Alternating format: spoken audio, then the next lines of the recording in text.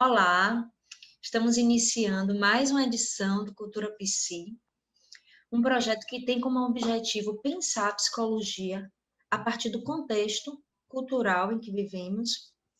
O tema desse Cultura Psi é Intervenção baseada em ABA e neurodiversidade, a relevância das variáveis culturais. Eu acho esse tema importantíssimo, principalmente nesse momento de pandemia, do Covid-19, em que nós estamos nos deparando com essa necessidade de pensar coletivamente mesmo quais as estratégias para garantir direitos a todos os segmentos da população, principalmente os grupos que têm sistematicamente sido sociopoliticamente excluídos, como os indivíduos que apresentam alguma neurodiversidade. E nós temos hoje, para falar aqui, uma convidada que eu admiro e respeito muito pela trajetória profissional, foi minha contemporânea aqui em Salvador, é a Arine Coelho Souza, psicóloga, CRP 06 101 144, psicóloga pela Escola Baiana de Medicina e Saúde Pública, tem mestrado e doutorado em Psicologia Experimental, Análise do Comportamento pela Universidade de São Paulo. A Ariane é especialista em terapia comportamental do Instituto de Terapia por Contingências do Reforçamento, ITCR de Campinas. É também especialista em análise do comportamento aplicada aos transtornos de desenvolvimento pelo IEPSI. É professora convidada do curso do mestrado profissional em análise aplicada do comportamento no Centro Paradigma de São Paulo e trabalha com atendimento e consultoria a pessoas com desenvolvimento atípico. Muito bem-vinda, eu acho que vamos ter uma conversa muito interessante hoje, Arine, e eu queria que você iniciasse falando um pouquinho sobre como foi sua trajetória profissional e também já aproveitasse para falar sobre como funciona o seu trabalho em atendimento e consultoria a pessoas com desenvolvimento atípico. Muito bem. Ana, primeiro, obrigada, assim, é um prazer, né, a gente ter essa conversa, e é isso, muito legal, a gente é contemporânea, né, de universidades diferentes, de um momento onde a gente tinha poucas faculdades de psicologia em Salvador e a gente se integrava, né, então é muito bacana a gente, cada um ter aí suas trajetórias, seu caminho, a gente se encontrar hoje, compartilhando interesses e fazendo essa discussão. Então, estou super feliz de estar participando, né, desse papo e agradeço muito o convite, me sinto honrada. Em relação à minha trajetória profissional, né, eu sempre quis ser psicóloga, sempre, assim, tipo... Eu me lembro que eu tinha escolhido a psicologia, eu tinha uns 14 anos. Por quê? Eu sempre me interessei muito pela forma como as pessoas se comportavam. Eu achava muito interessante pensar, né? Eu tinha uma coisa meio assim, desde muito pequena, de ser muito observadora e de pensar assim, nossa, eu vejo o mundo por esse filtro aqui, então cada pessoa vê o mundo pelo filtro dela, isso é muito interessante, como é que é isso, né? Então, eu aí entrei na faculdade de psicologia, entrei na Baiana, né? E fui da primeira turma da Baiana. Então, a gente já teve uma formação muito instigante em termos de realizar, de dar a cara do curso, de, sabe, de se envolver nas questões políticas, né? Ali, daquela formação e da formação de psicologia em Salvador, né? E eu tive aula de análise do comportamento, tive poucas disciplinas de análise do comportamento. Na nossa época, a gente tinha pouquíssimos, né, analistas do comportamento, praticamente a gente não tinha, né? Então, muito poucos, assim. Mas eu gostava daquilo, né? Achava aquilo interessante, né? Falava, nossa, que interessante. Porque eu me lembro que eu perguntava muito, logo no comecinho da faculdade, assim, que história é essa de escuta, né? Porque as pessoas falam da escuta. Primeiro que a gente só imaginava a psicologia como uma psicologia clínica, né? Clássica, né? E depois, adentrando as diversas áreas, né, conhecendo as possibilidades, quando eu conheci a análise do comportamento, eu vi ali uma estruturação, uma forma de pensar o ser humano, que era um impacto muito grande, por um lado, né, porque é uma quebra imensa de paradigma, mas, por outro lado, era fascinante o nível de análise que a gente poderia ter com aquelas ferramentas, né, conceituais, filosóficas, né. Então, e daí eu fui me envolvendo com coisas com análise do comportamento e fazendo evento, e conhecendo, né, pessoas que contribuíram muito. Eu venho de uma família com muitos professores, então era algo muito presente no meu dia a dia, essa coisa do ensino, né? Então, quando eu terminei a faculdade, eu falei, eu quero aprender análise do comportamento, quero pesquisar análise do comportamento, só que não tinha análise do comportamento em Salvador, né? Na nossa época não tinha nenhum curso de especialização. Então, eu me organizei para fazer o mestrado fora de Salvador, né? Então, eu me formei, ingressei na clínica, a gente tinha contato na época com o ITCR, né? O Hélio Guilherme foi um dos meus primeiros supervisores, foi o meu primeiro supervisor em análise do comportamento. Então, eu atendia na clínica e depois eu me envolvi com psicologia social, trabalhando no PAIF por 2 anos em Monte Santo. E foi uma experiência muito bacana, né? E até eu ir para São Paulo fazer o mestrado. Então, foi aí que eu comecei a vida acadêmica de fato, né? Então, fui pesquisar, fiz o mestrado e doutorado com a Marta, pesquisei as variáveis relacionadas à aprendizagem de leitura, né? Em crianças com desenvolvimento neurotípico. Já no doutorado, comecei a ter contato com essa área de desenvolvimento atípico. Já dentro da USP, me envolvi com o CAIS, que era um programa que fazia atendimento a crianças e orientava pais, crianças com desenvolvimento atípico. E foi aí que eu entrei nessa área, né? Lá dentro da USP, a gente foi recebendo alguns professores de fora, fomos entendendo um pouco de como aquilo funcionava. Na época, eu cheguei a fazer o mestrado e a especialização juntos, então eu vislumbrava para mim um caminho de clínica e de aula em universidade, né? Acho que a ideia que eu tinha do meu futuro era esse. E aí, essa área de desenvolvimento atípico, ela suga a gente, sabe? Então, eu fui sugada, assim, né? Primeiro, eu achava aquilo muito interessante, só que aquilo me exigia muito, né? Exigia muito em termos de estudar e de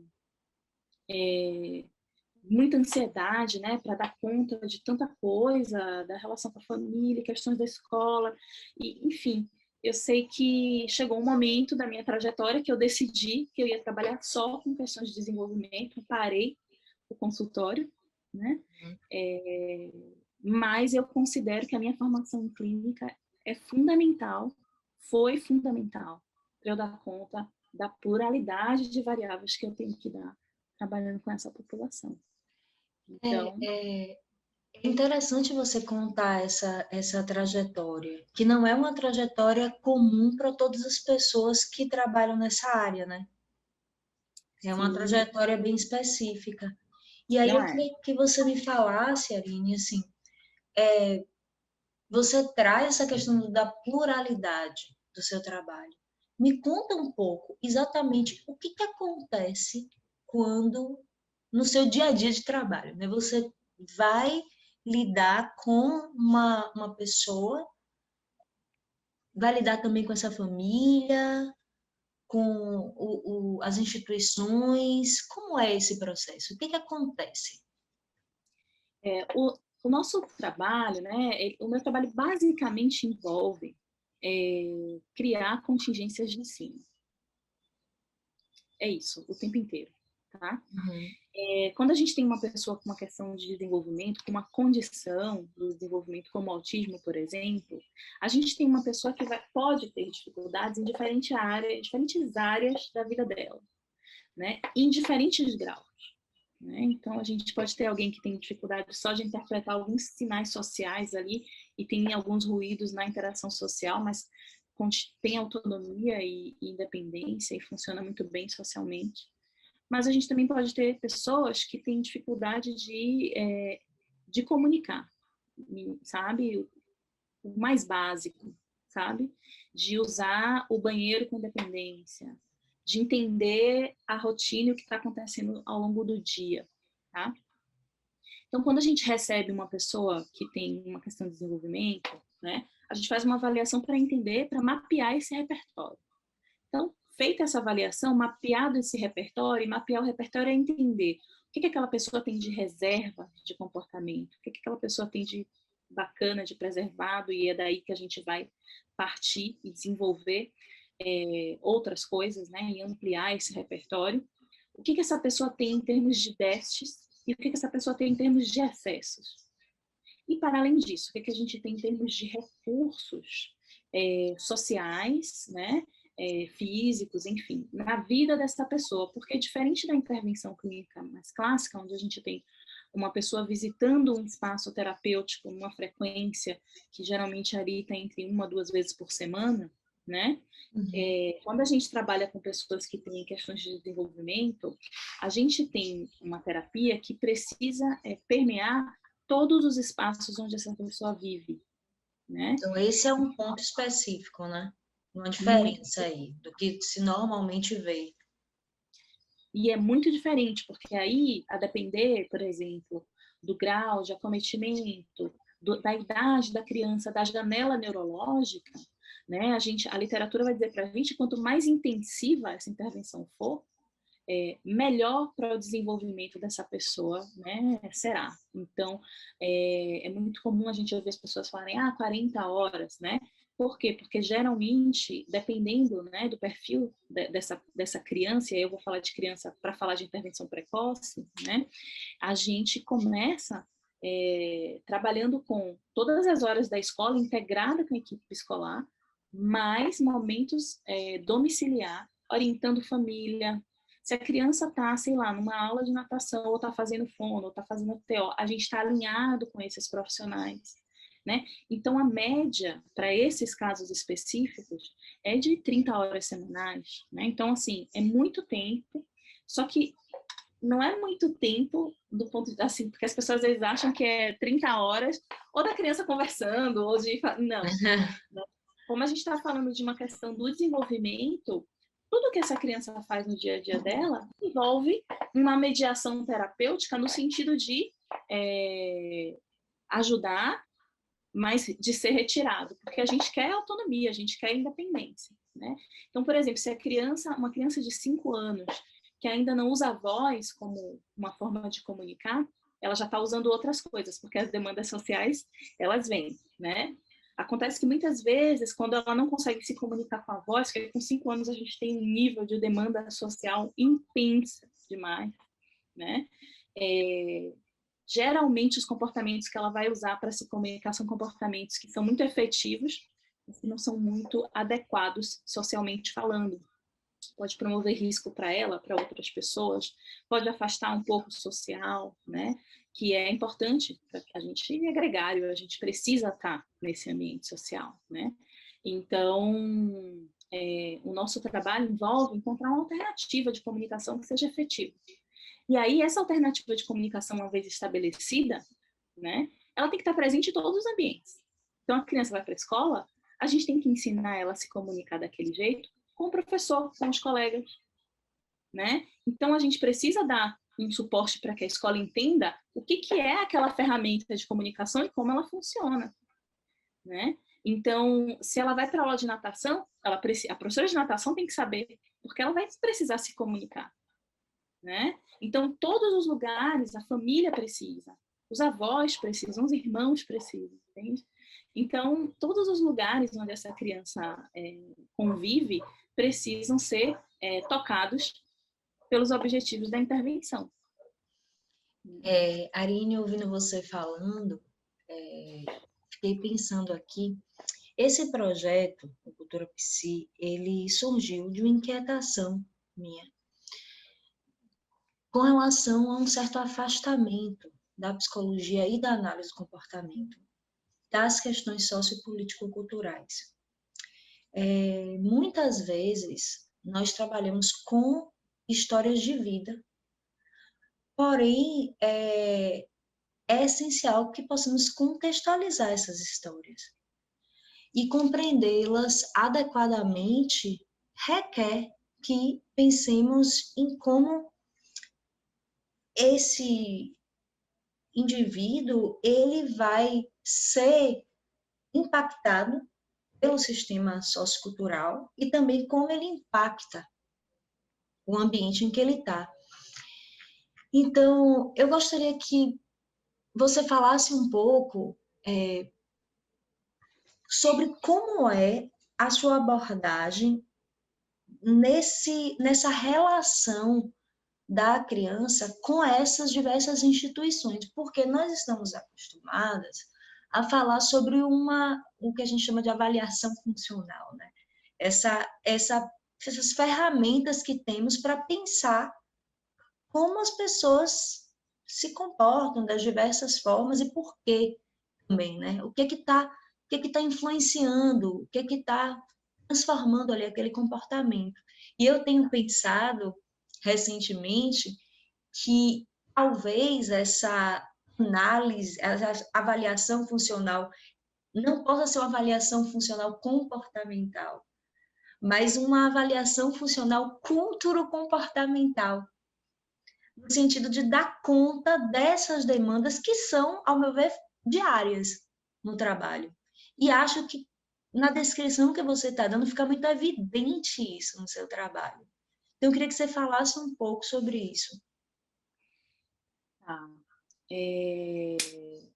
Do impacto, né? Só recupera a pergunta para mim. Essa relação, como é essa relação do seu trabalho, dessas condições de aprendizagem, né, de cada indivíduo, mas no contato com uma família, que tem uma forma, no contato com a escola, no contato com os outros ambientes que estão fazendo essas demandas, né, que estão interagindo.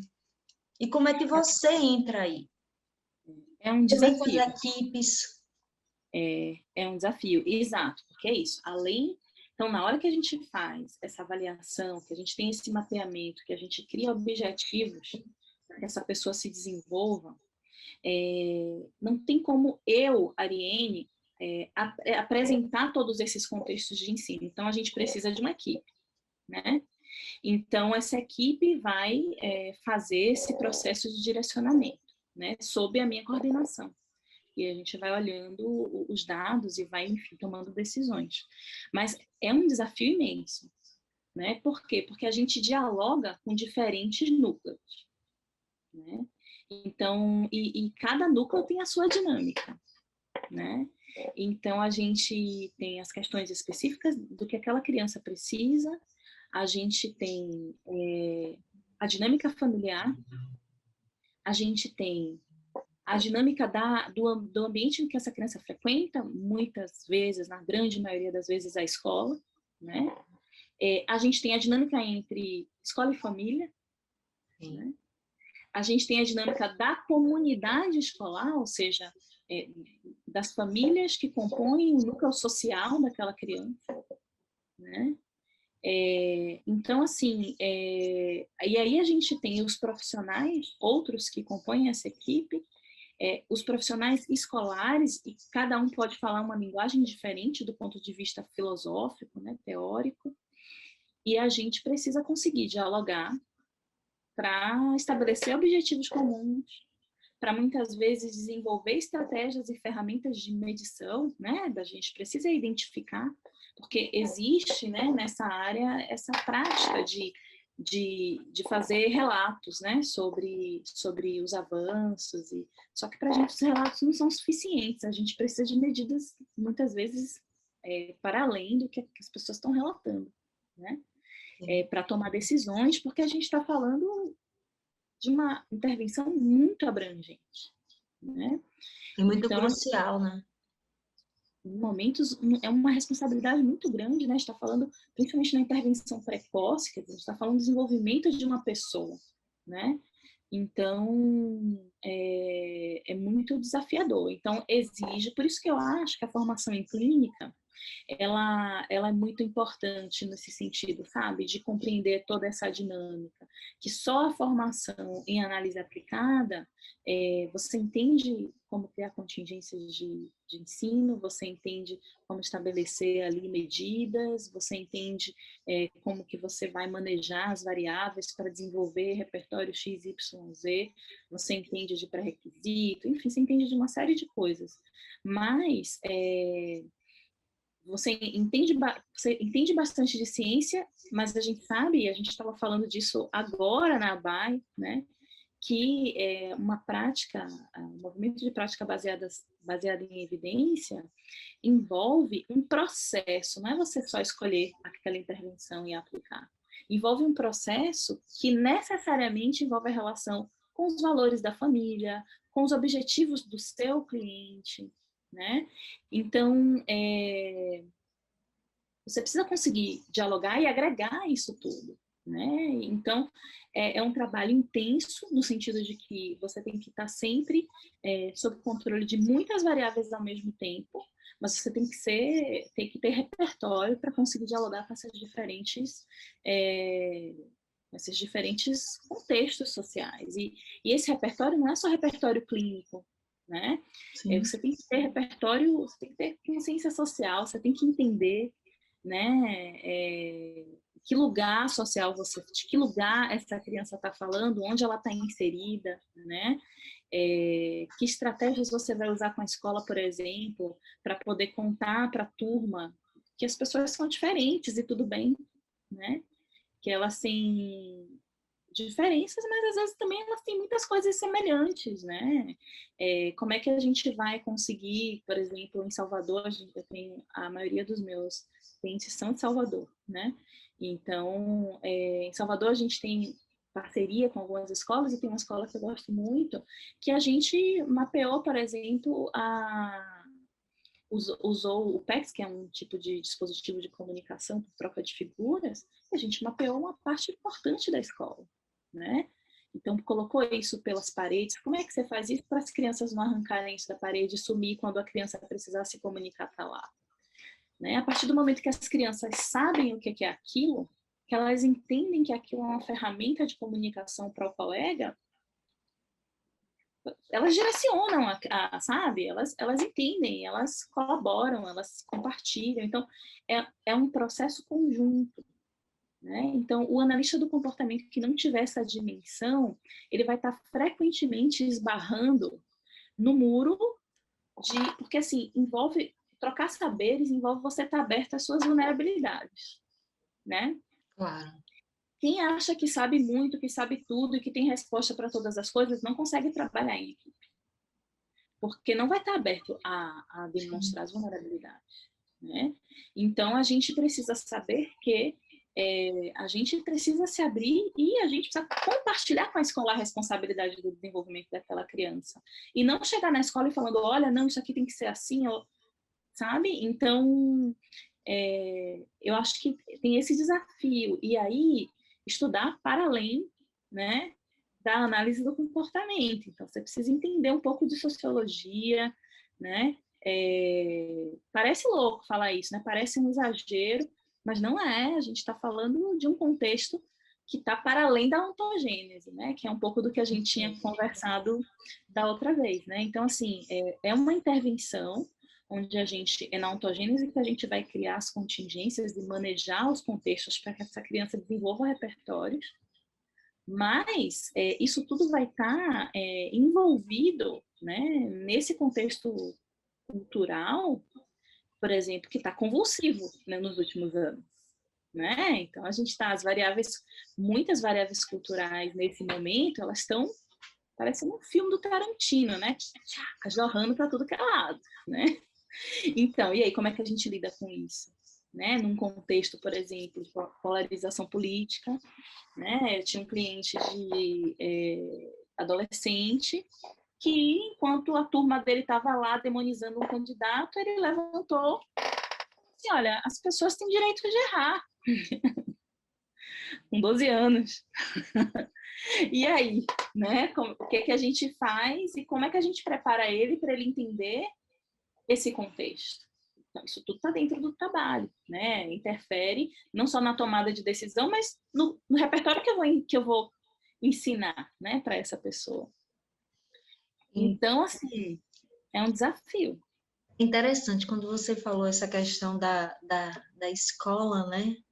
Que você mapeou uma parte da escola com o PEX e que as crianças aprenderam que aquilo era importante para o colega, é uma mudança de prática cultural, né?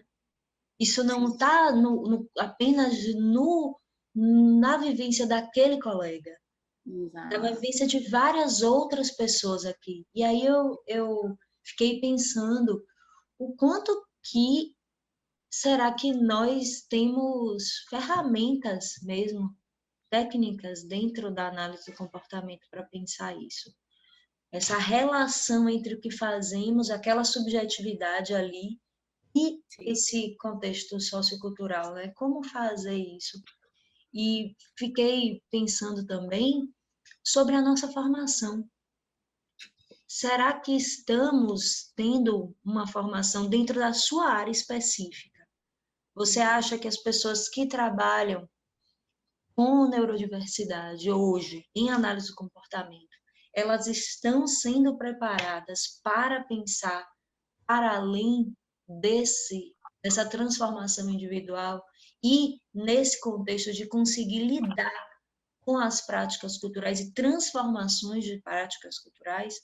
Acho que isso está acontecendo, pode melhorar, como é que você pensa sobre isso? Então, isso não acontece.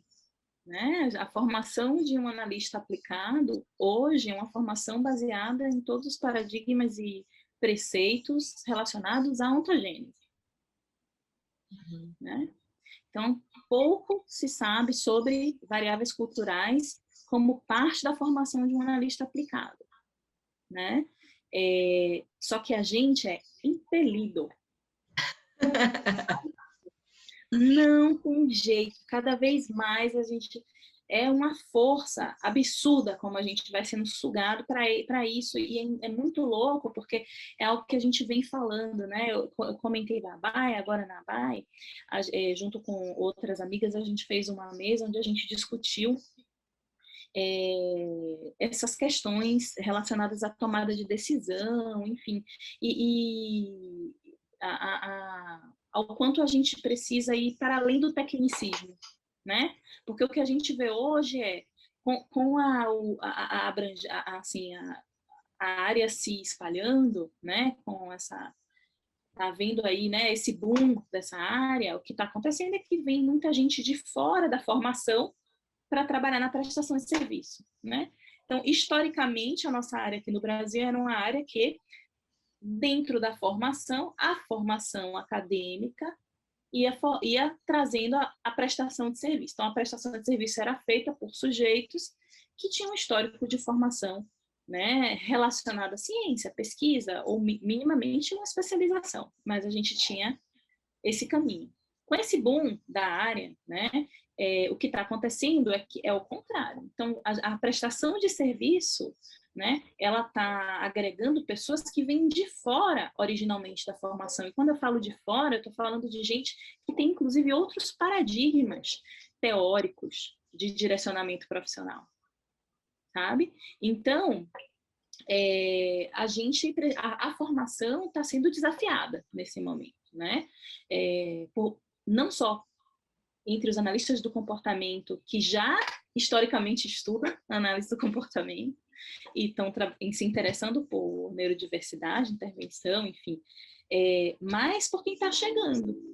Porque se já é difícil para a gente dominar tudo que a gente precisa para criar contingências de ensino para aquela ontogênese, considerando todos os aspectos filogenéticos que estão envolvidos, né, numa questão de neurodiversidade, né? E aí a gente vem, e, né, como diz o modelo de seleção, esses níveis são extremamente intrincados e não dá para a gente deixar o cultural de fora. O cultural está gritando, temos que olhar para o cultural. Então, se para a gente que já domina toda a base já é difícil, você imagina para quem vem de fora da área e está começando a quebrar os paradigmas filosóficos agora. Então, a gente tem uma grande crise de formação na minha área, né? Isso é um fato. Temos uma crise relacionada à formação, né? Porque a gente está precisando formar pessoas, garantindo o mínimo, né?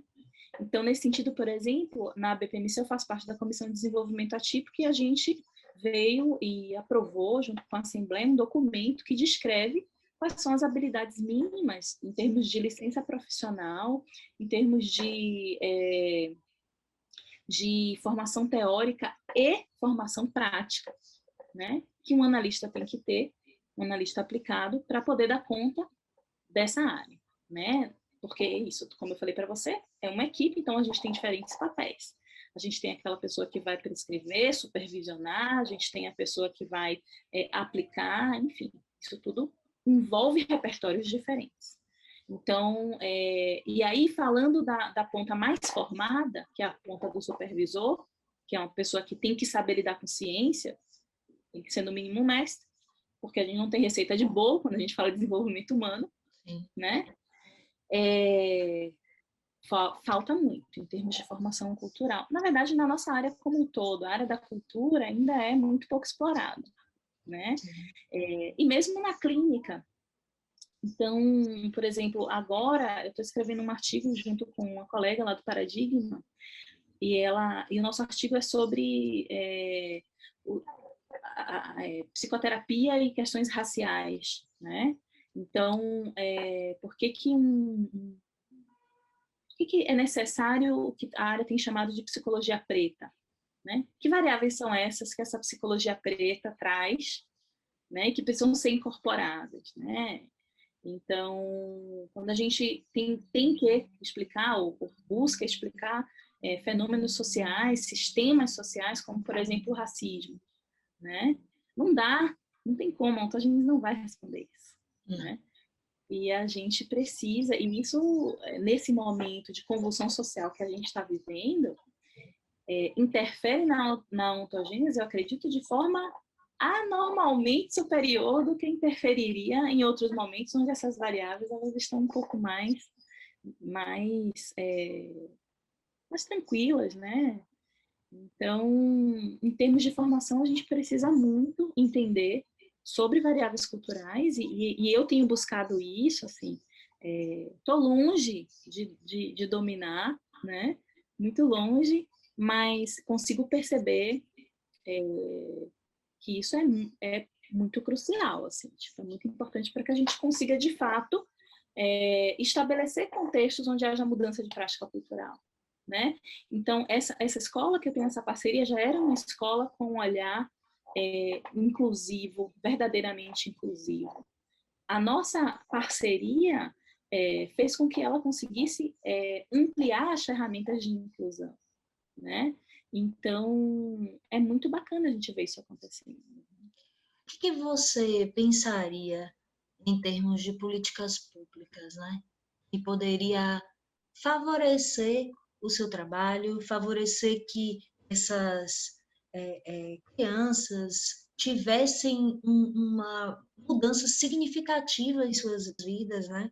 Que você pudesse ter um contexto favorável para trabalhar esse processo educativo e essas parcerias também dentro da família, da escola, também com essas equipes.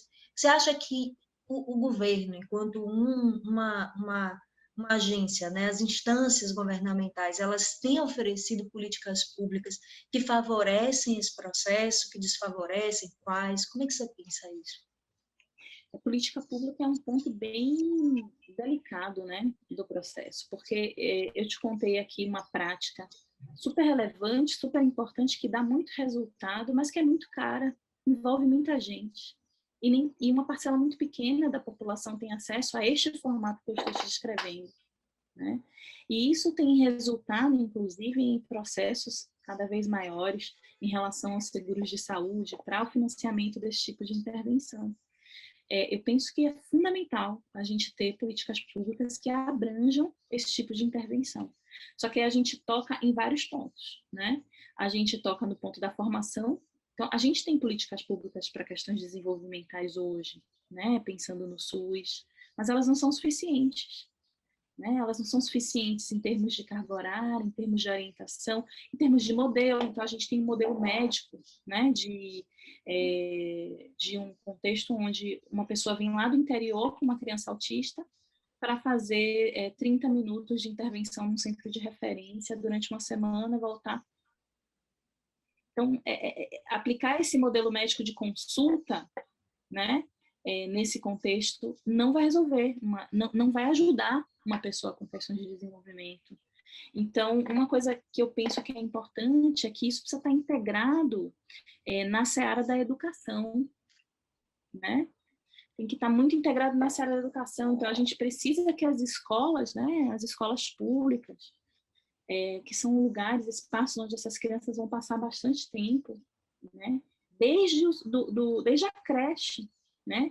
Tenham ferramentas para estimular essas crianças, né? Para orientar essa família. Então, no mundo ideal, eu penso assim que que esses núcleos de inclusão, que existem nas escolas, né? Os núcleos de inclusão, enfim. Mas aí a gente esbarra em questões de formação, muitas vezes, muito mentalistas, que não furam essa esfera da palavra, sabe? Então, assim, ok, você fez milhares de análises aí das relações e tal, mas como é que é na prática? O que esse professor tem que fazer com esse aluno? Entendeu? O que esse pai precisa fazer em casa? E aí a gente, pensando em políticas públicas, então, as variáveis culturais, elas entram de sola, porque aí a gente está falando de famílias que não necessariamente vão ter os recursos, né, para dar conta do que é necessário, e às vezes não é recurso emocional, porque família pobre não é família desestruturada, né? Isso é uma correlação que é equívoca, né? Então, o fato da família ser pobre não significa que a família não tem recurso socioemocional para lidar com o contexto, para criar uma comunidade com a escola. Não, tem sim, e cria, né? Eu estava vendo um Greg News esses dias, antigo, e ele estava falando sobre, falava sobre família, o Gregório, né? E aí ele, enfim, foi fazendo toda uma construção de maneira que ele falou sobre a questão racial e o quanto as famílias das pessoas que foram escravizadas foram, né, dilaceradas, separadas, né, de maneira que essas pessoas passaram a criar laços familiares para além dos laços de sangue, e daí a importância da comunidade. Aí ele fala lá no Rio de Janeiro que se chama de comunidade X, né, e não bairro X, né, por conta desse processo, e é isso que a gente vê, né. Então, a gente tem as comunidades ao redor das escolas, principalmente as escolas de educação infantil, e eu acho que num mundo ideal, eu pensaria em políticas públicas de forma precoce e começaria por aí, sabe? Formando esses professores, tendo um núcleo forte, né, de preferência, criando ferramentas para que essas pessoas possam fazer direcionamentos, né? Então, a gente não precisa de cientistas comportamentais, a gente precisa de bons prestadores de serviço, a gente precisa de estratégias tecnologicamente bem descritas, a gente precisa de gerenciamento, de gestão, né, política, que favoreça, né? Eu começaria por aí, sabe? Pela educação infantil, né? Por criar esses núcleos, para poder aí sim fazer avaliações dessas crianças, pensar estratégias, orientar essas famílias, né? Mas eu vejo muito pela educação mesmo. Você acha que a presença de psicólogas nas escolas facilitaria esse processo? Nós temos hoje nessa discussão sobre se é necessário ter psicólogo na escola, ou se basta uma na rede. Como é que você pensa isso?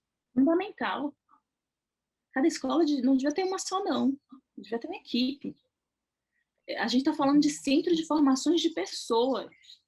Escolas são primariamente lugares onde a gente forma pessoas, né? É o núcleo social, depois da família, mais importante que geralmente a gente tem. Então, a gente precisa de um profissional da área da psicologia nesse espaço e a gente precisa de um profissional que esteja verdadeiramente nesse espaço. Você colocar um na rede, você está sobrecarregando, né? Tipo, é impossível, né? Então, eu acho que não só um profissional, mas, assim, ter os estagiários, ter os projetos, fazer a relação com a universidade, sabe? Trazer os estudantes para dentro desse contexto escolar, para poder a gente ter mão de obra suficiente, sabe? Eu acho que no meu mundo ideal as coisas funcionariam por aí, sabe? Eu acho que a saúde é um polo importante desse processo, porque a gente está falando muitas vezes, sim, de casos onde a gente tem questões primárias de intervenção, que são eminentemente médicas, né? Fonoaudiológicas, né? Que são trabalho da terapia ocupacional, ou da fisioterapia. Então, a gente tem questões que são da seara, sim, da saúde, mas eu acho que a saúde, como ela está estruturada hoje, com esse modelo médico, né, ela não tem como dar conta da carga horária necessária para desenvolver um repertório que seja verdadeiramente, que crie, que dê para essa pessoa a ferramenta, a autonomia, né, que é necessário em alguns casos, né? Então, eu acho que passa por essa integração de saúde e educação, sabe, nas políticas públicas, né? Acho que, assim, o fato da gente estar furando a bolha da análise do comportamento é um bom sinal, né? Então, por exemplo, recentemente, eu estava falando com você, né? Eu participei de toda uma programação da Escola Superior do Ministério Público de São Paulo, com podcast, com debate, com promotor, com o pessoal do convênio, com uma aula sobre o que é a análise do comportamento para um monte de promotor que queria entender, que tinha um milhão de dúvidas. Então, são agentes legislativos de fora da nossa área, são pessoas que vão estar direcionando decisões importantes para a vida dessas crianças e que precisam entender como é que é isso, como funciona, eles não entendem muitas vezes direito. Então, isso é muito bom, né? Mas, por outro lado, a gente também tem esse desafio de formar, né, de pensar de que maneira a gente pode inserir isso em termos de políticas públicas, né? A gente tem, por exemplo, no Conselho a analista do comportamento, nos conselhos de classe, né? Então, acho que aos poucos a gente vai tentando fazer a nossa voz ser ouvida, ou, né, tendo uma chance para emitir uma resposta, produzir um reforçamento ali. Mas é isso, falta ferramenta para a gente dessas variáveis culturais, a gente vai precisar entender, né? Olha, eu acho que essa conversa foi muito informativa, muito interessante. Acho que eu aprendi e refleti muito. Então, quero te agradecer por estar aqui, por ter dividido um pouco do seu conhecimento. E quero também já deixar um convite para outras vezes. Muito grata. Eu agradeço, Ana, agradeço demais assim, a oportunidade de poder pensar. Eu nem vi o tempo passar, a gente conversando, eu nem vi, né, o tempo passar. Agradeço a oportunidade de poder conversar com você, que é uma pessoa que também é referência para mim nesse tema, né, de cultura. Então, a gente poder fazer essa troca, acho que isso aumenta, né, essa minha autoobservação, essa observação dessas variáveis, né, no meu trabalho. Enfim, acho que toda a troca gera esse refinamento. Eu estou super à disposição, fico muito feliz de poder participar desse projeto. Sinta-se abraçada, mesmo de longe.